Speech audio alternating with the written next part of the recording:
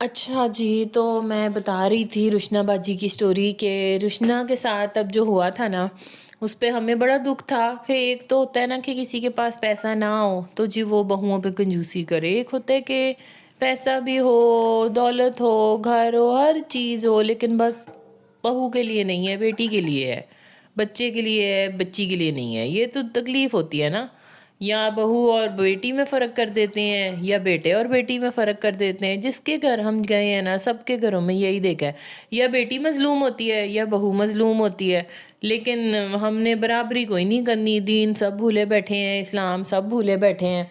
اب وہ اس دن جس طرح وہ ہے نا کیس کی امی جمع تقسیم ڈرامے میں، کیس بھی دفتر سے آیا ہے، لیلا بھی دفتر سے آئی ہے، لیکن کیس کو کہے گی تم بیٹھو، تم تھکے ہوئے آئے ہو، لیلا کو کہہ رہی ہے کہ جی کوئی نہیں، تمہیں کون سا کسی نے کہا تھا نوکری کرنے کا، خود ہی گئی ہو تو خود ہی آ کے واپس آ کے کام کرو۔ یقین مانے ایسے اتنے لوگ دیکھے ہیں، باجیاں کہتی ہیں ہماری نوکری ہمارے لیے مصیبت ہے، ماں باپ کہتے ہیں نہ چھوڑو، کل کو پیسے نہیں ہوں گے، تنگ ہو گئے، لیکن یقین مانو کہتے ہیں ہم نہ اپنی مرضی سے نوکر رکھ سکتے ہیں، شام کے ٹائم گھر آئے تو کوئی نوکر بھی نہیں ملتا،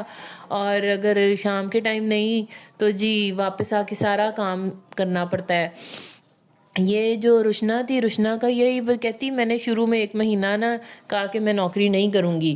تو اس میں نے سب کے پانڈے بھی دھوئے، تو میں نے جی صفائیاں کیں، تو کون سی کہتی میں نے ڈیپ کلیننگ نہیں کی۔ یہ باجیاں ہم سے کبھی مہینے میں 1 دفعہ ڈیپ کلیننگ کراتی ہیں، کہتی میں تو اتنا صفائی پسند تھی کہ میں نے کہا کوئی اب میری نا ساسو ماں کو کوئی کسی قسم کا مسئلہ نہ ہو، کہ پتہ نہیں ہو سکتا ہے شادی میں انہوں نے اس طرح ولیمے والے دن منہ نہیں لگایا کہ شاید کوئی بری لگ گئی ہو، تو میں نے جی اس چیز کو کیا کہتے ہیں اوور کم کرنا ہے۔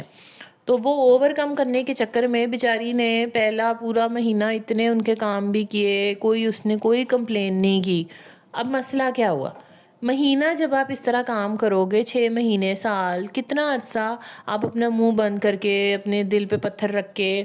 تو آپ کر لو گے کہ جی کسی کو برا نہ لگے؟ ایک ٹائم آتا ہے جب آپ کہتے ہو یار میرے ساتھ تو جو زیادتی ہو رہی ہے بس ہو گئی میری، اب کچھ تو مجھے میرا حق ملے۔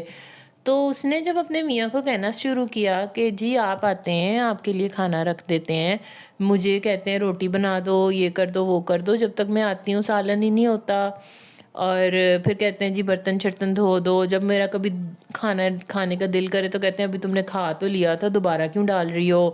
اور اگر اور کچھ نہیں تو کہتی ہیں کبھی فریج لاک کر دیتے ہیں، کبھی فریزر لاک کر دیتے ہیں، ماسی کا بہانہ کر دیتے ہیں کہ جی ماسی نے چابی کہیں رکھ دی ہے۔ ایسے تھوڑی نہ ہوتا ہے کہ میں گھر کی بہو ہوں، میں اکلوتی بہو آئی ہوں، آپ میرے ساتھ ایسے کریں پھر؟ اور میاں کو جب اس نے بتایا